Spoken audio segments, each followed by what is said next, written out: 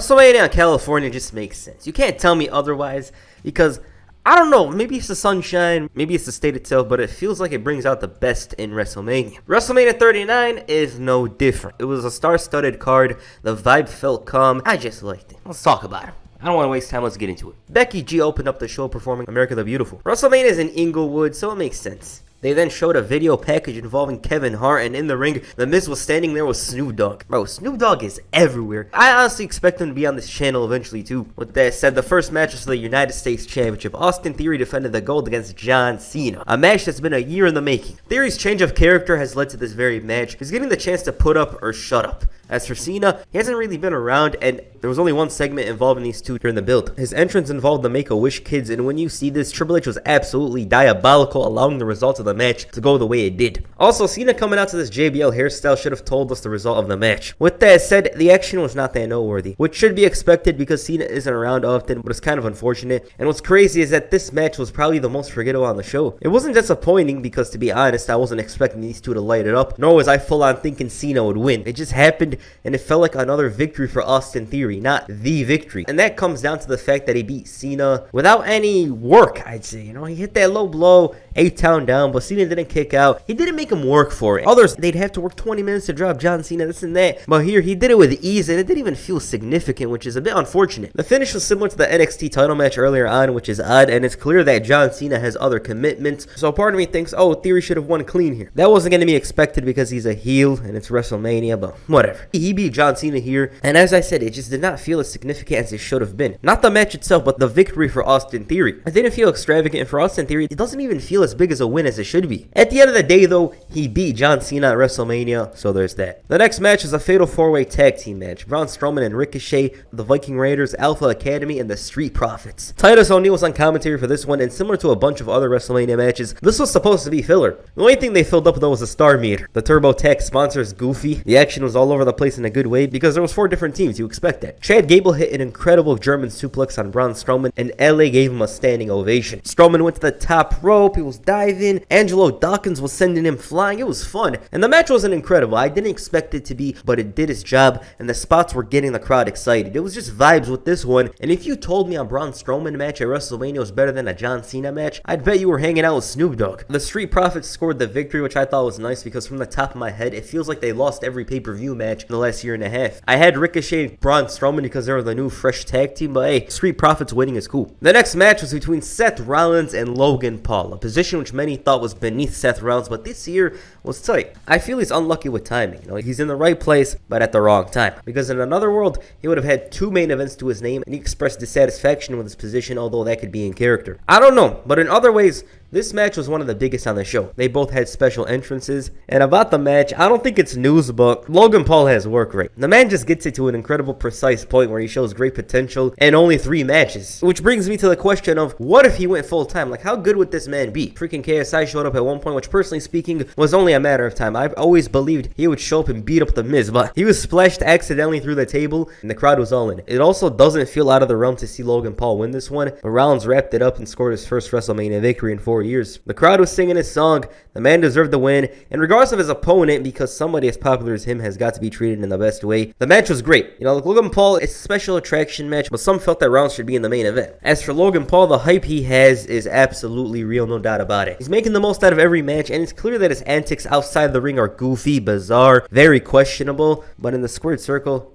he's great. He did a great job here, and I certainly expect him to face John Cena at SummerSlam. The next match was a 6-woman tag team match. Damage Control faced Lita, Trish Stratus, and Becky Lynch. It's clear that Damage Control's booking has been questionable, even more than that, but we got to put that aside for a moment. The fact that Dakota Kai and Io Sky, Io Shirai are here is nothing short of incredible. Now, 1 year ago, both were on their way out of WWE, and in Dakota's case, entirely out. Now they're here facing 2 of the most iconic women's wrestlers of the 2000s, The Rock and Austin in the women's division on the biggest stage in wrestling. That's amazing. With that said, the match was nice. I can't really talk about it much because it wasn't that amazing or anything like that, but it did its job. It was a regular tag match. You saw some fun stuff. Trish Stratus was the absolute standout here. She stood out easily because of the fact that she had been away for a long time, yet was able to go in there and perform at this level. And the result was as expected, although it might have long-term implications for Damage Control. Only time will tell. But yeah, I didn't expect them to win here because they weren't really booked well for the last few months. Why would that change here? In addition, the crowd doesn't really react much to them, so I personally feel that it's best that they go their separate ways. The next match is between Rey Mysterio and Dominic. This is the one I've been waiting for. If you guys follow me on Twitter, shout out to my Twitter, you guys know how much I am interested in this storyline. Dom's character went from a man who would hide behind his father's back, metaphorically speaking, to going against him. He's played this role well, although I have my doubts that he's just a character because this guy knows how to do his job. It's a little too good, right? He's talking about his father never being there for him, whined about not getting a Mercedes-Benz, instead receiving a BMW, and it wasn't even the M series. Poor guy. And for weeks, Rey would avoid any confrontation with his son because that would be an embarrassment to the family. Now, Dom was lucky his father was Rey Mysterio, the wrestler who's the most disrespected, the wrestler who doesn't really show much aggression and anger. Anyone else would have grabbed that belt and started going to work. It was a great build, and it made sense why Rey finally struck his son after months of refusing to. The feud has been great. I had doubts over whether or not Dom was up for the task, especially a year ago, but he did a great job and excels in this role. I just hope he does well without Rey Mysterio by his side because we really haven't seen much of him outside of this feud. Both had special entrances. Dom was straight out of jail after a daunting 20-minute stint, and the mask honestly fits his entrance. It really should be a part of it. Great entrance. Rey's mask was inspired by the Great Muta. His attire also had a semblance of the Flash, of course, and he came out with Snoop Dogg to nothing but a G-Tank and a lowrider. Like, can they really get any better than that in LA?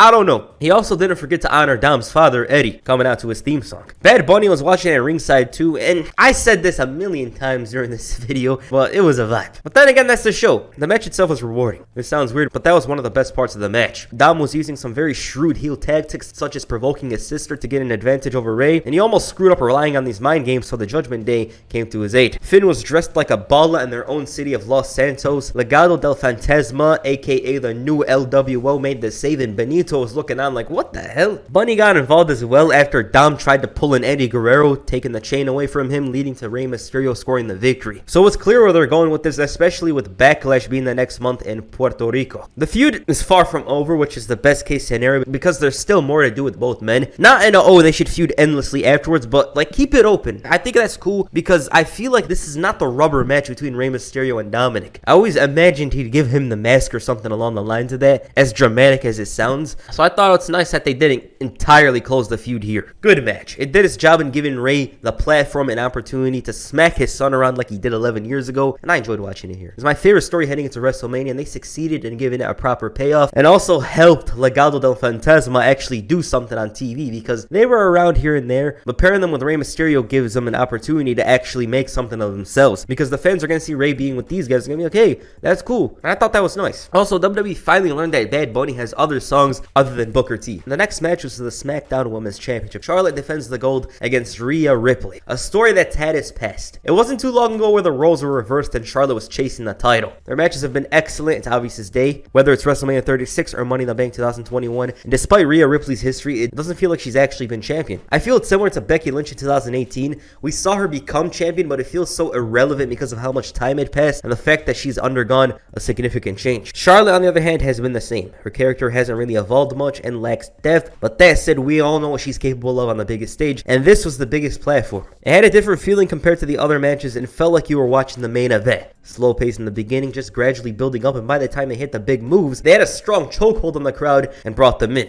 Off the top of my mind, I haven't seen Rhea have such a great match like this since the Gauntlet match a year ago. And watching this, you knew Charlotte lives for these occasions. She just loves this stuff. This is what she lives for, and it's evident by this match. She kicked out of the Riptide, her nose was busted, and it was anybody's match. You say Rhea wins at face value, but when you're watching these matches, it feels like Charlotte could retain. The atmosphere, the action was incredible, and they definitely took offense to not being the main event for sure. And that ending with the Super Riptide, it made Charlotte look 99 overall and showed that Rhea was 1, intelligent, and 2, resilient. To have to be taken to the top rope and receive a finisher just to be kept down for the 3 count. Man, amazing match. Taken not being in the main event personally was the best case scenario, and Charlotte was out here laughing like she didn't lose. But yeah, this was one of the best women's matches for WWE. They had everything going for them, the situation and the platform, and they did it. The Judgment Day is probably going to go to SmackDown now, which will give them fresh challengers, both on the men's and in Rhea's case, the women's side. So that should be cool. But yeah, Rhea Ripley has won the title, and she has arrived. I felt like her crying moment, which she technically had 2 years ago, but that doesn't feel like it. This was exactly that. It felt like her moment.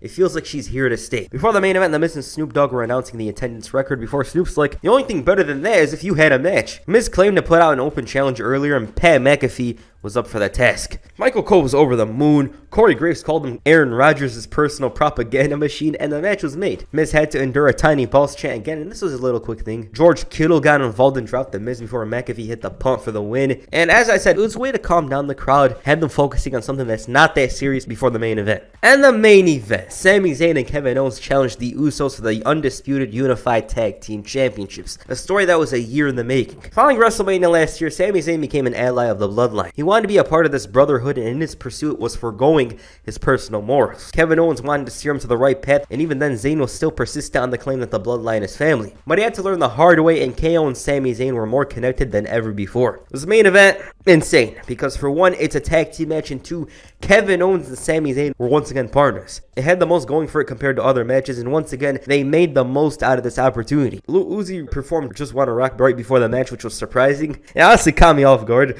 and Sami Zayn had the most amazing reception from the crowd. It really shows that anything can happen in a year, and in this case, he went from wrestling Johnny Knoxville, which was a funny, entertaining match, to the main event of night 1 of WrestleMania. The match itself was really special. We all knew what these two teams were capable of, and they left it all out there. We all knew the result, but they still had us doubting, especially when the Usos isolated Sami Zayn and repeatedly kicked him. I thought it was over. They even hit the splash, but that kick out was absolutely incredible, and really felt like time stood still for half a second because this man wasn't moving at all. And he just pulls that out. And from there, they threw everything at each other and in turn gave us one of the most outstanding WrestleMania main events in recent memory. The way Sami closed out the match was perfect. He saw that bond, that friendship with Jay for a moment, and brought closure to the Usos' title reign with 3 consecutive haluva kicks for the victory. Sami Zayn and Kevin Owens were reunited as tag team champions on the grandest stage of them all in the main event. It really can't get any better than that. And for Kevin Owens, this was 2 consecutive WrestleMania Night 1 main events, which is amazing. He hadn't won a title in 6 years, but he has 2 WrestleMania main events. Now he's finally won a title, and he's done it with his best friend Sami Zayn. Amazing way to close out WrestleMania,